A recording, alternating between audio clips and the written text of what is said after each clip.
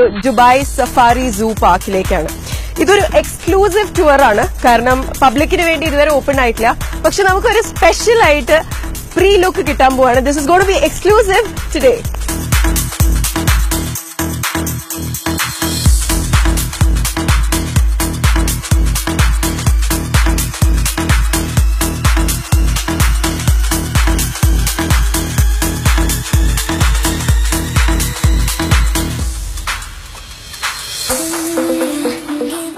Dubai സഫാരിയിലെ ആദ്യത്തെ stop എന്ന് പറയുന്നത് ആഫ്രിക്കൻ വില്ലേജിലാണ്. അതേമാതിരി തന്നെ അവിടെ കാണുന്നത് പോലത്തെ മരങ്ങൾ ഉണ്ടാക്കി വെച്ചിട്ടുണ്ട്. And we going to explore this place first.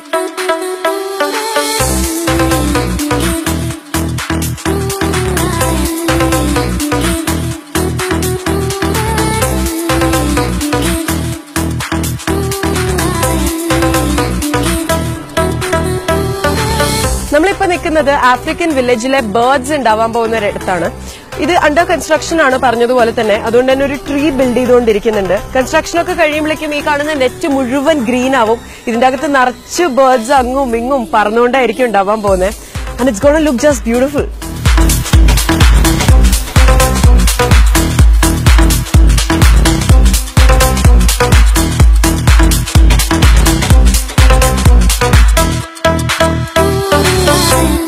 ഇപ്പൊ നമ്മൾ നിൽക്കുന്നത് the beginning of safari village. ഇവിടെ നിന്നാണ് ശരിക്കുള്ള സഫാരി തുടങ്ങാൻ പോകുന്നത്.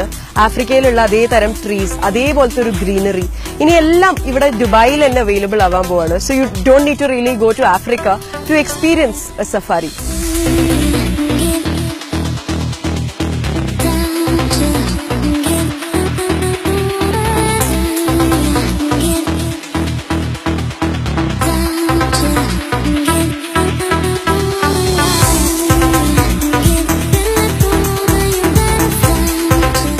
ഇപ്പൊ നമ്മളുള്ളത് ക്രോക്കഡൈൽ എക്സിബിറ്റിലാണ്. നേരത്തെ പറഞ്ഞതുപോലെ തന്നെ ഫുള്ളി ഓപ്പൺ അല്ലാത്തതുകൊണ്ട് നമുക്ക് അതിന്റെ ഒരു എക്സാക്ട് എക്സ്പീരിയൻസ് എടുക്കാൻ പറ്റിയിട്ടില്ല. പക്ഷെ അല്ലാച്ച നമ്മൾ ഈ വന്ന വണ്ടിയിലൂടെ തന്നെ നമ്മൾ സാധാരണ എങ്ങനെയാ കാണാം, ഇങ്ങനെ ഒരു ക്രോക്കഡൈൽ ഉണ്ടാവും, ഒരു മറയുണ്ടാവും, പിന്നെയാണ് നമ്മൾ നിൽക്കുക. പക്ഷെ ഇവിടെ അങ്ങനെയല്ല. അതിൽ നിന്ന് തികച്ചു വ്യത്യസ്തമായിട്ട് ഈ കാണുന്ന വഴിയിലൂടെ നമുക്ക് ട്രാവൽ ചെയ്യാൻ പറ്റും. ക്രോക്കഡൈൽസ് ചുറ്റും അപ്പുറവും ഇപ്പുറവും ഒക്കെ ഉണ്ടാവും.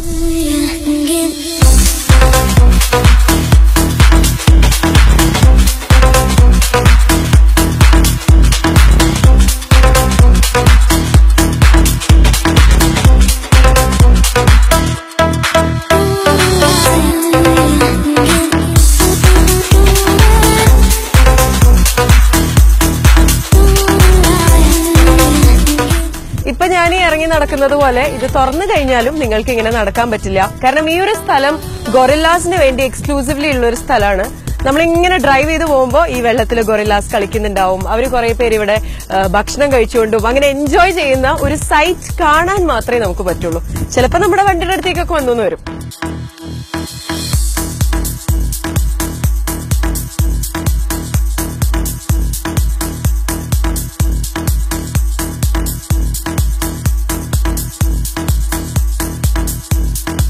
ഇപ്പൊ നമ്മൾ ഈ കാണുന്നിടത്ത് ജിറാഫിന്റെ എക്സിബിറ്റ് ആണ് ഉണ്ടാവാൻ പോകുന്നത്.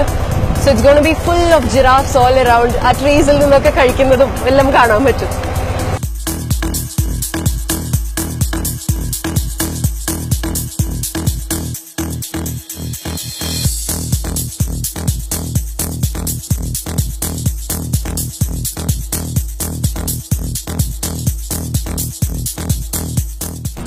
നമ്മൾ ഈ ചുറ്റും കുറെ റോക്സ് ഒക്കെ കണ്ടില്ലേ. അപ്പൊ നിങ്ങൾ എല്ലാവരും വിചാരിക്കുന്നുണ്ടാവും പാവ ആനിമൽസ് സമ്മറിൽ ചൂടിലൊക്കെ എങ്ങനെയാ നിൽക്കുക എന്നുള്ളത്. ഈ പുറകെ കാണുന്നത് എന്താ അറിയോ, അവർക്കുള്ള AC. എല്ലാ റോക്സിന്റെ ഇടയിൽ ഇതുപോലെ ഗ്യാപ്സ് ഉണ്ടാക്കിയിട്ടുണ്ട്. പുറകിൽ AC ഉണ്ട്. So animals will never feel hot.